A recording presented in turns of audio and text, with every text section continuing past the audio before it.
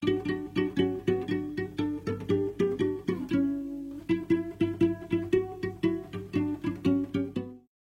à tous et bienvenue sur Batmanon prend son bouquin. I'm back, me revoilà après 6 mois de repos qui était obligatoire. Voilà, j'ai eu la surprise de découvrir après avoir traversé les méandres du Covid que j'attendais un petit ourson. Voilà, donc je vais être maman en février 2023 et évidemment ces derniers mois mes préoccupations étaient un petit peu autres que celle de faire des vidéos sur ma chaîne YouTube. De plus, tout comme vous, j'ai fondu face à la chaleur de cet été et clairement faire des vidéos quand il fait 40 degrés dans l'appart, c'est juste inimaginable. Mais comment vouliez-vous que je ne revienne pas alors que le Pumpkin Autumn Challenge commence? Et oui, depuis dimanche dernier, j'ai moi-même commencé mes lectures et je suis ici pour vous présenter ma palle. C'est la 4e année que je participe à ce challenge avec joie et plaisir. Pour ceux et celles qui ne connaissent pas, je vous invite dans la barre d'infos à aller découvrir la chaîne de Guimauve Terrier qui est donc notre prophète du Pumpkin Autumn Challenge. N'hésitez pas à aller voir du coup toute sa vidéo explicative, de rejoindre les groupes sur tous les réseaux, le hashtag Pumpkin Autumn Challenge 2022 et vous découvrirez toutes les sous-catégories avec leurs petites particularités. Pendant ce temps, moi, je vous montre ma palle. J'avais complètement oublié ce que ça faisait de se regarder en HD, ça m'avait pas manqué. Vous ne le voyez pas, mais en fait, juste derrière la caméra, il y a Jarvis qui me fixe et qui est en train de se demander clairement à qui je parle. Lui aussi il a perdu un petit peu le pli. Comme chaque année, Guimauve nous propose 4 menus et le premier est un classique du challenge car il n'est autre que le menu Automne frissonnant où nous allons lire des histoires qui nous font un petit peu battre le cœur, qui nous font un peu stresser, qui nous mettent dans une ambiance particulière. Et la première sous-catégorie du menu Automne frissonnant s'appelle Ghost Hunt et il fallait choisir une lecture qui allait être un peu effrayante, qui bien sûr parle de fantômes, d'esprits, de légendes, de... Bref, un truc qui fait un peu flipper. Et donc moi j'ai choisi de vous parler de La Maison dans laquelle de Mariam Petrosian, dans cette superbe édition comme vous voyez de chez Toussaint L'Ouverture qui m'a été offert par ma copine Sophie pour mes 30 ans. Et du coup je me suis dit que clairement celui-là il allait falloir le sortir cet automne. Car on est typiquement dans l'ambiance monstre, peur, thriller, on ne sait pas trop ce qui se passe, bref, une ambiance comme on aime. En fait, ce livre, déjà je pense qu'il est très compliqué à résumer, mais le résumé choisi par la maison d'édition est une pépite, donc je vais vous le lire. Dans la maison, vous allez perdre vos repères, votre nom et votre vie d'avant. Dans la maison, vous vous ferez des amis, vous vous ferez des ennemis. Dans la maison, vous mènerez des combats, vous perdrez des guerres, vous connaîtrez l'amour. Vous connaîtrez la peur, vous découvrirez des endroits dont vous ne soupçonniez pas l'existence. Dans la maison, aucun mur n'est un mur, le temps ne s'écoule pas toujours comme il le devrait et la loi y est impitoyable. Dans la maison, vous atteindrez vos 18 ans, transformés à jamais et effrayés à l'idée de devoir la quitter. Si j'ai bien compris, c'est une bande d'ados qui se retrouvent dans une maison, abandonnée, habitée, un foyer, aucune idée de ce que représente vraiment cette maison, et qui vont vivre des aventures ensemble, mais il y a aussi un peu un côté fantastique parce que cette maison ne va pas forcément les laisser faire. Voilà, c'est un livre qui a eu un succès de dingue, donc à mon avis je ne vais pas être la seule à le mettre dans ma palle pour cette saison. Mais voilà, si vous l'avez lu, n'hésitez pas à me donner votre avis. En attendant, moi, il me donne vraiment envie. Après, bon, c'est un pavé, on tape sur du 1060, 1080 pages quand même. La deuxième sous-catégorie du menu Automne frissonnant s'appelle Le Portrait du mal. Et il fallait prendre un livre dont la couverture est faite d'un personnage effrayant, fantomatique. Moi j'ai choisi cette couverture, Apostasie de Vincent Tassi, qui une fois encore est un livre qui est dans ma palle depuis plus d'1 an, enfin pas encore plus d'1 an, mais en novembre ça fera 1 an, et qui est vraiment en adéquation avec la thématique de ce menu. Putain, j'ai plus de souffle. Ah, les joies de la grossesse, je vous jure.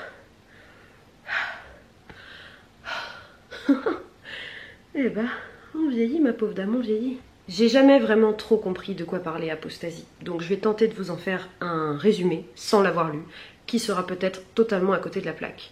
Mais Apostasie, de ce que j'en comprends, raconte l'histoire de Anselme, qui est un jeune étudiant, un peu ermite, qui adore bouquiner et qui s'isole, et qui va s'installer dans un lieu où il n'y a personne, sauf qu'il va découvrir au hasard d'un livre de la bibliothèque du coin que le lieu où il vit en fait a été le lieu où il y avait une princesse, la princesse Apostasie et son tyrannique de père, et il va essayer d'en savoir plus. Voilà, je sais qu'il y a un côté un peu onirique dans ce livre et que justement la frontière entre le réel et l'irréel est très très faible et très très légère, donc j'en ai aucune idée en fait de ce que ça va être? Est-ce que ça va être du fantastique? Est-ce que ça va être de l'horreur? Est-ce que ça va être rien de tout ça? Vincent Tassi a l'air d'être ce genre d'auteurs qui sont un genre littéraire à eux tout seuls, en tout cas qui sont connus pour leur plume et dont les lecteurs achètent les livres pour le nom de l'auteur plus que pour l'intrigue. On me dit quand même que c'est un conte macabre sur lequel souffle la puissance des rêves, et rien que pour ça, je me dis qu'il a totalement sa place dans ce challenge. La troisième sous-catégorie de ce menu s'appelle des Sakumatropes au royaume des Lucioles.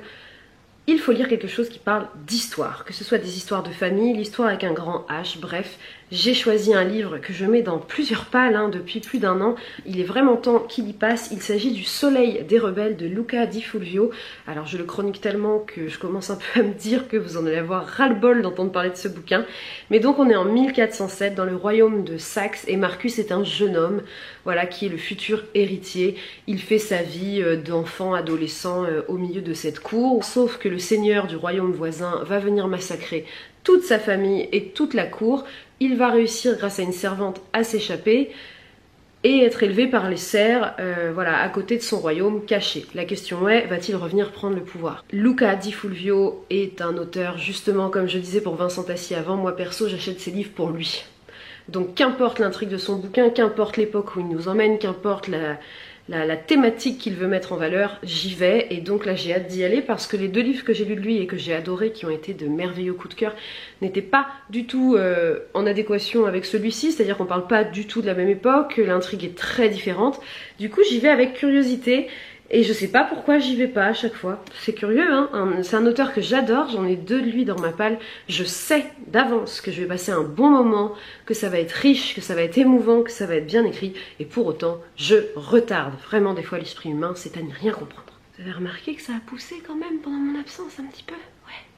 Ça aussi, ça a poussé, si vous voulez mon avis. Nous passons ensuite au deuxième menu, qui n'est autre que Automne de l'étrange. Et moi, quand j'entends ce mot, ce nom, je suis tout de suite séduite, en appétit, car c'est là qu'on va lire du fantastique, du fantasy, de l'irréel, bref, qu'on va plonger dans les mondes de l'imaginaire. J'adore lire ça, surtout dans les périodes froides, automne-hiver, c'est vraiment le moment pour moi d'aller découvrir de nouveaux royaumes, de lire l'histoire de créatures fantastiques, de partir à dos de dragons et d'aller retrouver mes amies sorcières dans leur coven, bref, c'est vraiment le moment où je pète un câble. Et du coup, je commence avec la première sous-catégorie qui s'appelle Les mystérieux habitants de Portsfield. Et moi, j'ai choisi le livre Un bûcher sous la neige de Suzanne Fletcher. Alors si ça, ce n'est pas le livre qui est dans toutes les palles chaque année, je crois sincèrement que Suzanne Fletcher devrait verser un petit quelque chose à Margot Liseuse, qui a vendu ce livre depuis des années sur sa chaîne et qui, je pense, à elle toute seule, doit être la cause de centaines, voire de milliers d'achats. En tout cas, elle l'est pour moi. Alors moi, personnellement, quand je lis cette 4e de couverture, je voyage déjà. Car nous allons suivre l'histoire de Corag, qui est une jeune femme en Écosse au XVIIe siècle, qui attend qu'on la brûle sur le bûcher. Avant d'être brûlée, un révérend vient la voir pour qu'elle confie ses crimes, bref, vous voyez un petit peu le délire. Sauf qu'en fait, elle va raconter sa vie, et sa vie, c'est l'Écosse, c'est les Highlands, et c'est toutes les choses dont elle a été témoin. Est-elle une sorcière ou non? Bon, vous et moi, grâce à l'avancée de l'histoire, on sait très bien ce qu'il en est, mais ce n'est pas le cas des personnages de ce livre, et moi je me demande bien comment cette jeune femme va terminer. J'ai hâte de me plonger dans l'Écosse, dans les traditions écossaises et aussi dans toutes ces superstitions païennes et dans toutes les horreurs qui en ont découlé. J'aime bien le côté un peu rencontre des traditions un peu plus occultes, un peu plus païennes des pays celtes, voilà, avec les changelins, les fées, etc. Et la religion qui a voulu éradiquer tout ça pendant plusieurs siècles et leur dire que la seule croyance qu'il fallait avoir c'était le Dieu tout-puissant. Donc là on rencontre une jeune femme accusée de sorcellerie avec un révérend, c'est ça? Un révérend. Donc clairement là c'est 2 mondes que tout oppose qui vont se rencontrer et qui apparemment vont être un peu bouleversés de se rencontrer à ce moment précis. Donc bon, c'est forcément j'ai envie de le lire, c'est sûr. Un autre classique, un livre qui a fait beaucoup de bruit depuis sa sortie l'an dernier, il est sorti en poche cette année et je crois même qu'il est sorti au cinéma il y a quelques jours. Pour la sous-catégorie La cueillette des champignons où il fallait un petit peu parler de nature, j'ai choisi de prendre Là où chantent les écrevisses de Delia Owens. Bon, on est d'accord que les couvertures tirées des affiches de films, on n'aime pas, hein. Nous on préfère, j'aurais bien aimé celle avec le héron avant et les nénuphars derrière, mais bon, c'est comme ça, que voulez-vous, ça se vend mieux apparemment. Bon, pour moi c'est un des succès de l'année, hein. C'est vraiment un livre dont on a entendu parler partout.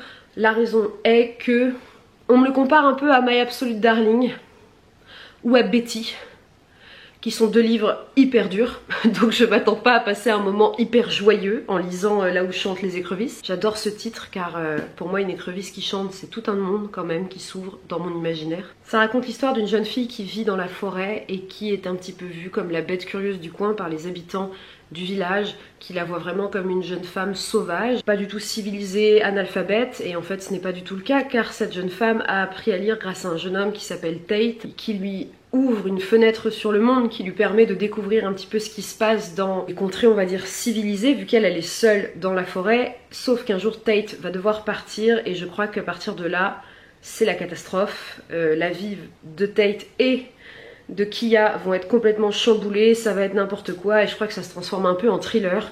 Donc on verra bien, il n'est pas hyper long, hein, 450 pages, ça va. Après ça, je me vois bien le lire, vous savez, quand il fera nuit à 17 h et que je rentrerai à la maison après le boulot et que je me loverai direct dans mon canapé, il manquera plus qu'une cheminée et vraiment je serai à fond pour plonger dans les marécages, découvrir comment Kiya survit au milieu de la forêt à notre époque. 3e sous-catégorie, c'est en anglais, donc ça va être à couper au couteau comme d'habitude. In the dark, I hear the call. Dans le noir, j'ai entendu l'appel. On est sur une traduction approximative. Si mon pote PA passe par là, mon ami prof d'anglais, dis-nous dans les commentaires si je suis si nulle que ça ou si... Ouais, j'ai l'idée. J'ai choisi moi de mettre dans cette sous-catégorie Hadès et Perséphone. Tome 1, A Touch of Darkness. Je l'ai mis dans cette catégorie-là parce qu'on pouvait faire appel à la mythologie. Et au vu du titre, vous devinez que là, nous allons parler de l'histoire d'amour entre Hadès et Perséphone. Une histoire d'amour dont on entend quand même pas mal parler depuis quelques années. Beaucoup de réécritures, L'Or Olympus évidemment. Celui-ci, la trilogie Young Adult qui a fait... Enfin, Young Adult... J'ai cru comprendre qu'il y avait pas mal de scènes de fesses, donc à mon avis c'est pas vraiment Young Adult, mais bon c'est là que je l'ai trouvé en tout cas. C'est une réécriture du mythe grec, de l'histoire d'amour entre Hadès et Perséphone. Hadès, dieu des enfers, très mal vu par les autres dieux de l'Olympe, et Perséphone, la fille de Déméter si je ne me trompe pas, que sa mère élève en secret et cache car elle ne veut surtout pas qu'elle soit pervertie par les autres dieux. Pas de bol, devinez de qui elle va tomber amoureuse, du pire de tous. Donc là on est dans de la new romance, je pense qu'on est un peu dans de la dark romance, moi je ne connais pas du tout ce genre littéraire, mais le côté mythologie grecque m'a évidemment totalement happée et je me suis dit allez, allons-y, surtout qu'une petite saga young adulte ça fait longtemps, donc je suis plutôt motivée pour me plonger dans cette histoire. Voilà, j'ai déjà le tome 3 parce que Monsieur Ours m'a offert le tome 3 avant le tome 1. C'est une logique ardennaise. Du coup, je pense que si ça me plaît, je vais vite aller chercher le tome 2 et je vais me faire la saga entière pendant ce challenge. Et la dernière sous-catégorie de cet automne de l'étrange s'appelle Soit vent, cendre et néant. Il fallait parler de sorcellerie. J'ai ressorti encore un livre sur les sorcières de Pendle de Stacey Halse.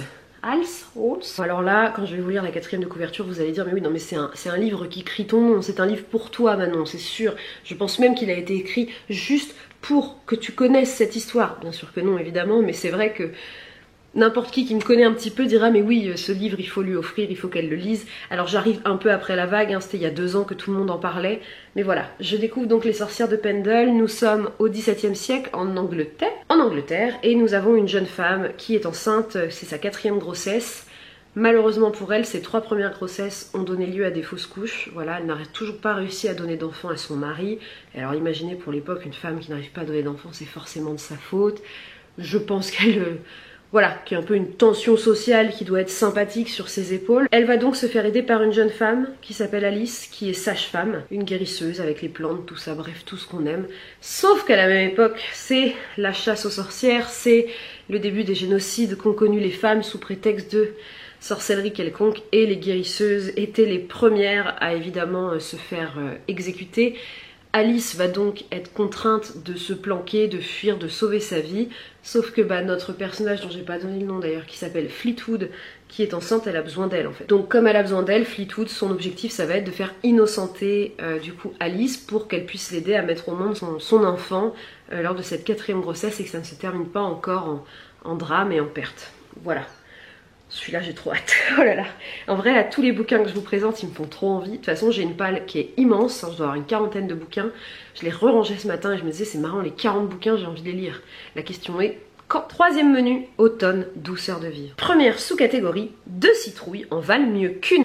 Évidemment, là c'est tout simple, il faut lire une duologie. Et alors moi j'en ai une qui prend la poussière sur mes étagères depuis longtemps. C'est celle-là. Je vous sors à Eternia. Avez-vous déjà entendu parler d'Aeternia de Gabriel Katz? Je suis sûre que oui. Et si vous n'en avez jamais entendu parler, c'est pas grave parce que je vais vous en parler maintenant. Gabriel Katz, un nom dans le milieu de l'imaginaire, un nom que je n'ai jamais lu et pourtant, nombre de ses titres et de ses écrits font partie de mes wishlists.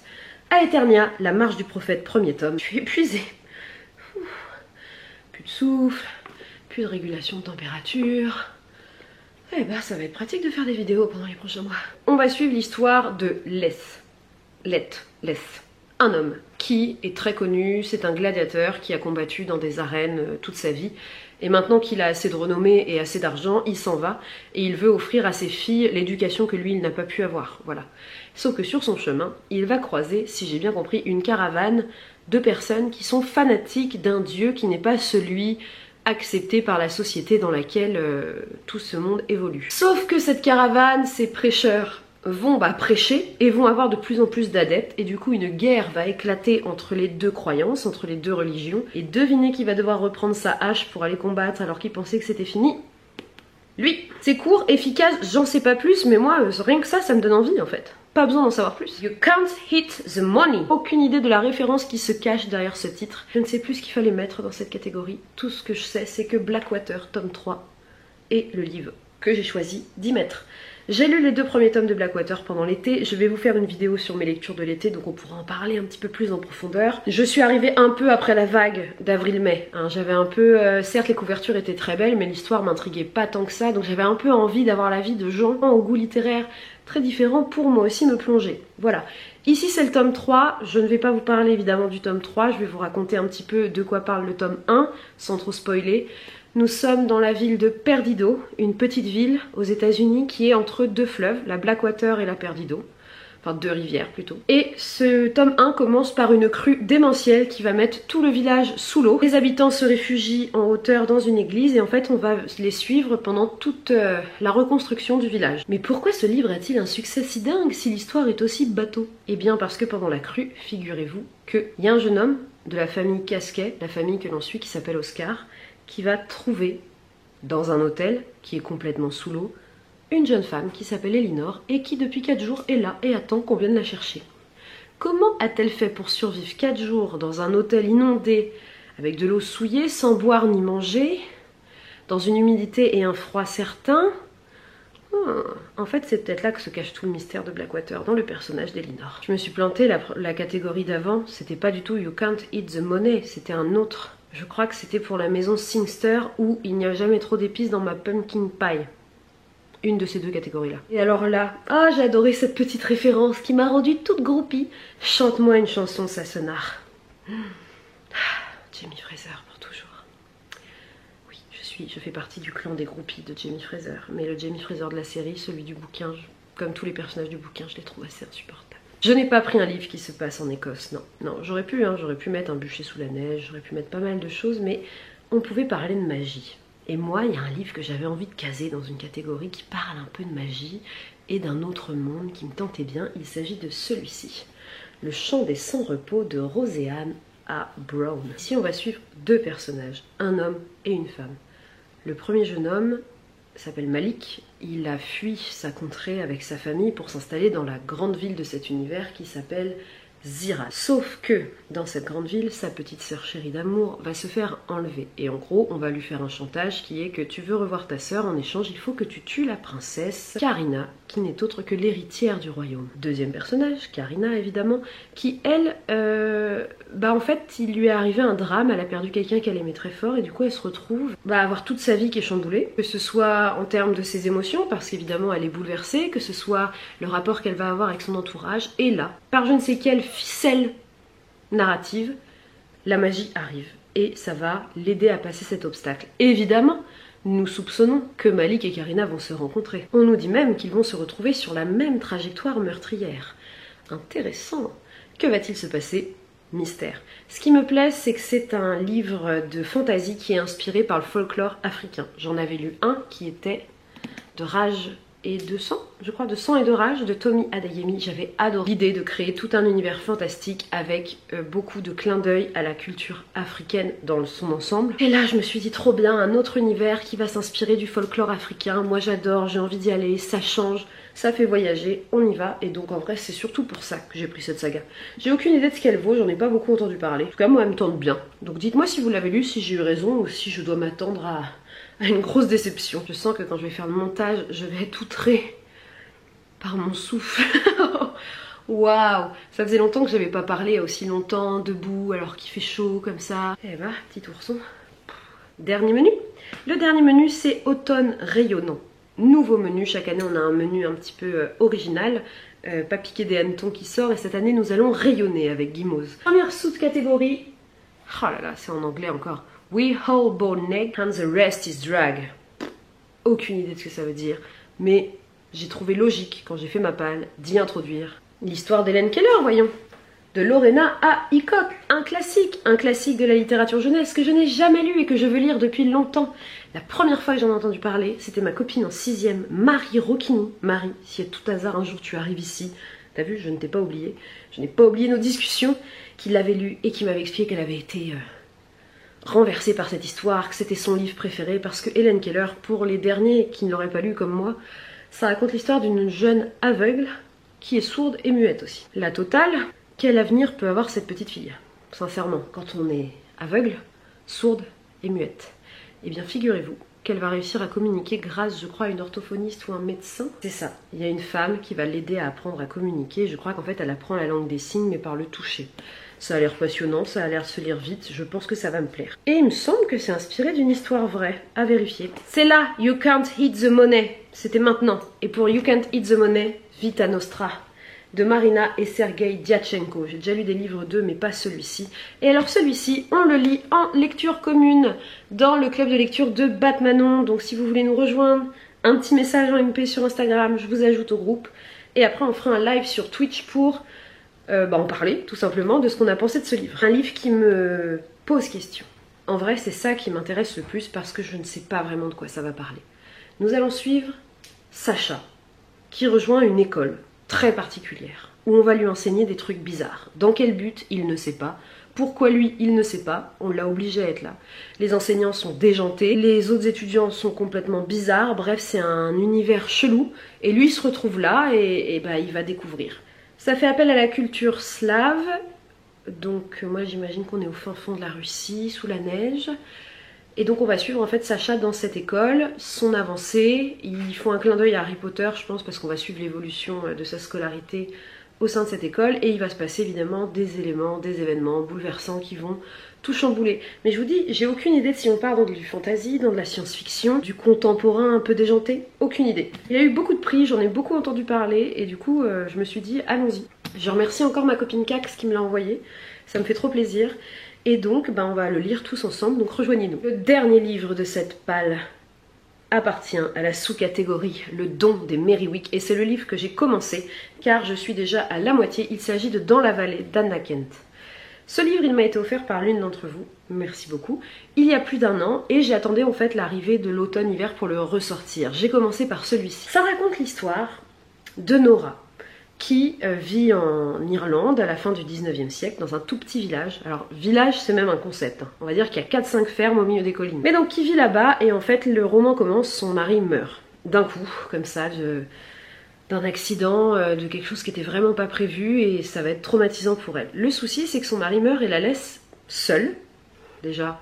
Une femme seule au milieu de la campagne, assez âgée, c'est compliqué. Avec leur petit-fils, qui est un petit garçon qui s'appelle Michel, et qui est malade, qui est un jeune infirme, voilà, qui ne peut pas bouger les jambes, qui ne peut pas s'exprimer, qui a les membres atrophiés, qui a l'esprit dérangé, bref. Elle est assez choquée et par la mort de son mari et par l'arrivée de son petit-fils dans sa vie, parce qu'en fait sa fille étant décédée, ils ont récupéré l'enfant. Sauf que quand elle avait vu l'enfant 2 ans auparavant, c'était un petit garçon qui n'était pas malade, qui allait très bien, qui parlait, qui courait.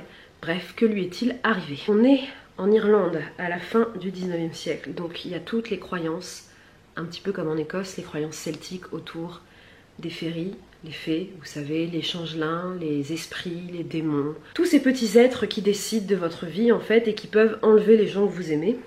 Elle va être persuadée, et tous les gens de la vallée aussi, que en fait son petit-fils est un changelin, qu'on lui a enlevé son petit-fils, enfin voilà, que les fées lui ont pris, et elle aimerait bien en gros qu'il lui rende. Donc elle va essayer de tout faire pour que ce changelin quitte ce corps et qu'elle récupère son petit-fils. Et pour ça, elle va aller demander de l'aide d'une vieille femme guérisseuse qui s'appelle Nancy. Et Nancy, moi, elle me plaît bien. Voilà. Je vous en dis pas plus, mais évidemment ça va chambouler la vie de la vallée quand tout le monde va savoir que c'est apparemment un changelin, parce que ça porte malheur, et on va un peu lui mettre tous les problèmes du monde sur le dos. Évidemment ça va être compliqué, ça va créer des conflits, ça va créer de la violence, bref, pour l'instant j'en suis presque à 2/3, et c'est pas mal. Ce qui est vraiment bien, c'est que je ne suis plus à ma maison quand je lis, je suis en Irlande. Ça c'est quand même ce qu'on demande à un bouquin. Voyager. Les 14 lectures que je compte lire durant ces 3 mois d'automne. Écoutez, c'est un retour pour moi. J'ai quand même lu cet été, mais beaucoup moins. Voilà, avec le petit ourson qui danse dans mon ventre, je suis très vite fatiguée, donc je lis vraiment très lentement. Moi qui avais toujours pensé que le jour où je serai enceinte, je passerai ma vie à lire, et ben c'est encore un mythe qui s'effondre, mes amis. Je n'ai mis que 14 lectures, mais en vrai j'aurais pu en mettre 10 de plus, à l'aise, avec ma palle. Je me suis forcée à faire des choix. De 1, pour pas trop me mettre la pression. De 2 pour y aller tranquille, et puis de 3 parce que je pense que vous avez déjà pas mal de propositions que vous pouvez vous-même ajouter à vos pales avec ces 14 lectures. Écoutez, je suis ravie de revenir. Je ne sais pas à quel rythme je vais reprendre les vidéos. Comme vous le voyez, il va falloir que je me rentraîne. Mais voilà, ça me fait plaisir de revenir et de me relancer un petit peu parce que ça m'a vachement manqué de filmer. On se retrouve le dimanche 19 septembre sur Twitch. Et oui, ça y est, on lance enfin la chaîne Twitch. Donc le pseudo c'est Batmanon prend son bouquin, venez vous abonner. On va parler de toutes les lectures communes qu'on a fait où je n'ai jamais pris le temps l'an dernier, au vu du quotidien compliqué que j'avais, de faire les retours. Donc nous allons parler de Betty de Tiffany McDaniel, de No Home de Yad Jazzy, des Déracinés de Catherine Bardon que nous avons lu ensemble cet été. Et le dernier que j'ai oublié, c'était 1000 femmes blanches, qui remonte quand même à janvier-février, de Jim Fergus. Donc n'hésitez pas à venir, que vous ayez lu ou non les bouquins, on va papoter lecture, on va boire un thé. On se retrouve du coup dimanche 19, en fin d'après-midi, n'hésitez pas, je serai très contente. Me laissez pas toute seule, je vais avoir l'air con sinon. Je vous fais de gros bisous, prenez soin de vous et bon Pumpkin Autumn Challenge. À bientôt. Ciao!